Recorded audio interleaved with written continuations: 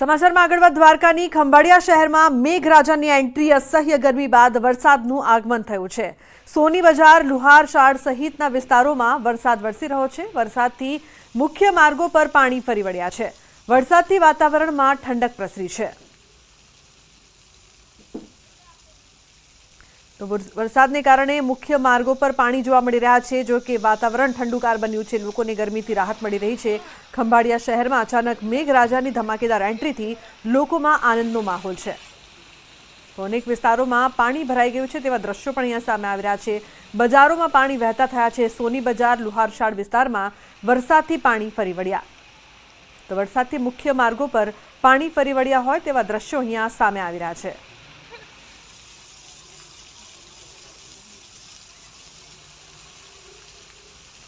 गुजरातना खेडूतो आनंदो ચોમાસા માટે સારા સમાચાર છે। વિરામ લઈ રહેલું ચોમાસું હવે આળસ મરડીને આગળ વધી શકે છે।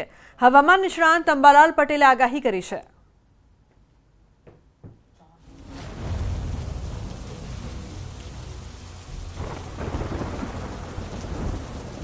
જે ચોમાસામાં બ્રેક લાગી ગયો છે તે આગામી 24 કલાકમાં ચોમાસું સક્રિય થશે અને તારીખ 17 થી 22માં ભારે આંચકાનો પવન દક્ષિણ ગોળાર્ધમાં થઈને માડાગાસ્કર ટાપુમાં થઈને પૂર્વ આફ્રિકામાં થઈને સીધો અરબ સાગરમાં થશે।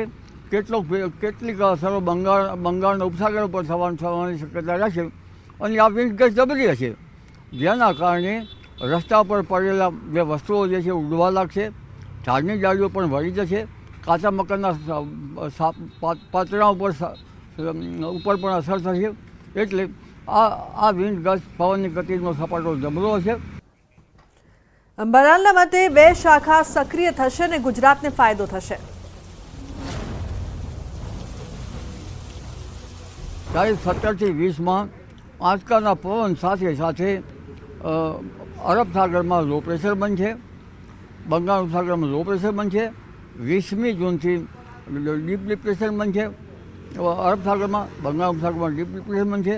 વેલમાર્ક લો પ્રેશર પછી ડીપ ડિપ્રેશન બને છે અને આ ડીપ ડિપ્રેશનો બનવાના કારણે અને ઘણા લો પ્રેશરો થવાના કારણે હવે બંગાળ ઉપસાગરની શાખા પણ સક્રિય થશે, અરબી સમુદ્રની શાખા પણ સક્રિય થશે અને બંને શાખાઓ સક્રિય થતાં મધ્યપ્રદેશમાં ભારેથી અતિભારે વરસાદ થવાની શક્યતા રહેશે। ગુજરાતના ખેડૂતો માટે પણ અંબાલાલે સારા સમાચાર આપ્યા છે। આદ્રા નક્ષત્રનો વરસાદ આવશે। તારીખ 20મીથી આ વહન જબરું હશે અને 20 થી 28માં ગુજરાતમાં નિરંતર સતરાતર વરસાદ થવાની શક્યતા રહેશે અને પશ્ચિમ ઘાટમાં મુંબઈ, મહારાષ્ટ્રમાં ભારે જળભરાવ થવાની શક્યતા રહેશે। કાલથી ચોમાસું સક્રિય થશે, ક્યાં પડશે વરસાદ? આ પ્રશ્નનો પણ અંબાલાલે આપ્યો જવાબ। પૂર્વ ગુજરાતના ભાગોમાં પણ ભારે વરસાદ થશે। પંચમહાલ, દાહોદ, લીમખેડા વગેરે ભાગોમાં વરસાદ થવાની શક્યતા રહેશે। બનાસકાંઠા, મહેસાણા, ઉત્તર ગુજરાત, સિદ્ધપુર, પાટણ, હારીજ વગેરે ભાગોમાં વરસાદ થવાની શક્યતા રહેશે અને અમદાવાદ, વિરમગામ, ગાંધીનગર વગેરે ભાગોમાં વરસાદ થવાની શક્યતા રહેશે। પણ વરસાદમાં 17 તારીખ પછી પવનની ગતિ તેજ રહેશે અને તેજ ગતિના પવન સાથે ગાજવીજ સાથે વરસાદ થવાની શક્યતા રહેશે, જેથી જાણે વીજ પ્રપાત થતો હોય એવા વીજળીના કડાકા ધડાકા થશે। 24 કલાકમાં રાજ્યના ભિન્ન ભાગોમાં, અમદાવાદના ભાગોમાં પણ આજે હવામાન પલટાશે એટલે ભિન્ન ભાગોમાં ગાજવીજ સાથે વરસાદ થવાની શક્યતા છે, આંધી વંટો સાથે। સમાચારમાં આગળ વાત કરીએ તો કેન્દ્રીય જળમંત્રી બન્યા બાદ પાટીલની અપીલ, વોટર હાર્વેસ્ટિંગ કરી કુદરતી જળ સંગ્રહ કરવાની લોકોને અપીલ કરી। ભીમરાડ ગામ ખાતે વોટર હાર્વેસ્ટિંગ પ્લાન્ટ બનાવાયો છે। CR પાટીલના હસ્તે પ્લાન્ટનું લોકાર્પણ કરાયું છે। જમીનમાં પાણીનું સ્તર વધે તે માટેના પ્રયાસો શરૂ કરવામાં આવ્યા।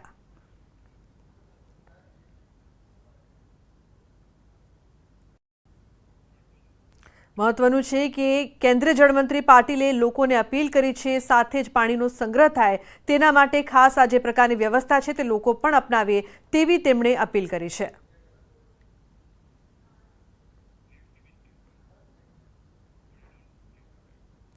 સમાચારમાં આગળ વાત જૂનાગઢની માણાવદરના ધારાસભ્ય અરવિંદ લાડાણી ફરી મેદાને છે। મિતડી અને કોઠારિયા ગામ વચ્ચેની પાણી પુરવઠાની લાઈન તૂટી 9 દિવસથી આસપાસના ગામો પાણી વગરના પાણીની લાઇન રિપેર ન થાય ત્યાં સુધી સ્થળ પર બેસવાની ચીમકી કરી છે. અધિકારીઓ દ્વારા તાત્કાલિક કામગીરી શરૂ કરી ગઈકાલે પણ રોડ પર ભર્યો હતો. જતના દરબાર પાલિકા સામે ભ્રષ્ટાચારના આક્ષેપ સાથે અધિકારીઓનો લીધો હતો ઉધડો. તો મહત્વનું છે કે માણાવદરના ધારાસભ્ય ફરી મેદાને આવ્યા છે. જે પ્રકારથી લોકોને પાણીની સમસ્યાનો સામનો કરવો પડી રહ્યો છે ત્યારે એમએલએની એક્શન સામે આવી છે. આજના અને ગઈકાલના દ્રશ્યો છે. ગઈકાલે લોકો જે પ્રકારથી પોતાની સમસ્યા વર્ણવી રહ્યા હતા ત્યારે એમએલએ મેદાને આવ્યા છે. માણાવદરના ધારાસભ્ય દ્વારા આ વાત કરવામાં આવી છે કે લોકોની સમસ્યા છે તેનું જલ્દી નિરાકરણ કરવામાં આવે. જે બાદ હવે તંત્ર છે તે કામ કરવા લાગ્યું છે. તો પાણીની લાઇનને લઈને ફરી તેઓ મેદાને જોવા મળી રહ્યા છે. સમાચારમાં આગળ વાત અમદાવાદની દાસ ખમણની ફરી એક વખત બેદરકારી સામે આવી છે. સેવ ખમણીની ચટણીમાંથી જીવાત નીકળી. પાલડીના મહાલક્ષ્મી 5 રસ્તા પાસેની બ્રાન્ચની આ સમગ્ર ઘટના છે. ગ્રાહકે હેલ્થ વિભાગમાં ફરિયાદ કરી હતી. અગાઉ પણ દાસ ખમણની બેદરકારી થઈ છે છતી દાસ ખમણની અલગ અલગ બ્રાન્ચમાં અગાઉ સીલ કરવા સુધીના પગલાં પણ લેવાયા છે. ત્યારે એકવાર ફરી તેવી જ ઘટના સામે આવી છે. ગ્રાહકે આ અંગે હેલ્થ વિભાગમાં ફરિયાદ પણ કરી છે.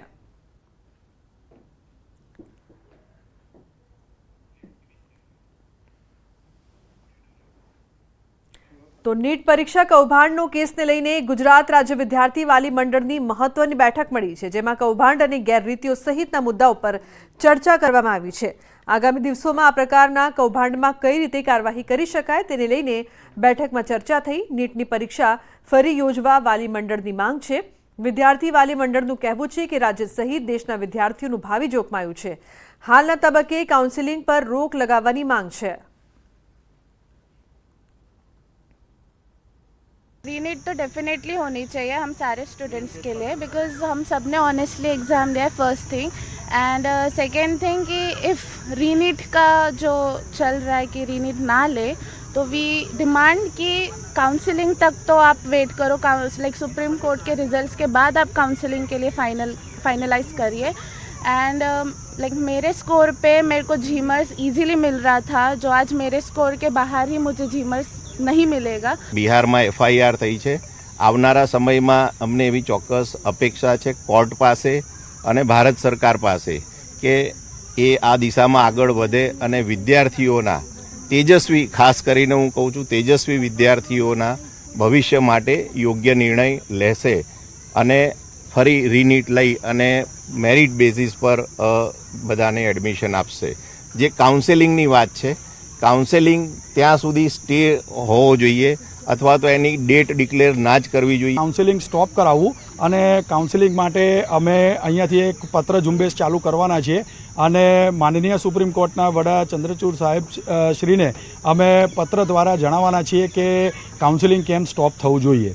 બીજો અગત્યનો મુદ્દો છે કે જે રીતે રેન્કિંગ્સ આવ્યા છે છોકરાઓના, જે રીતે આ માર્ક્સ વધી ગયા છે તો એ માર્ક્સના કારણે ઘણા બધા છોકરાઓના રેન્કિંગ્સમાં બહુ જ ડિફરન્સ આવ્યો છે અને જેના કારણસર જે ગવર્મેન્ટ કોલેજીસની અંદર એડમિશન્સ મળવાના હોય એ મળ્યા નથી.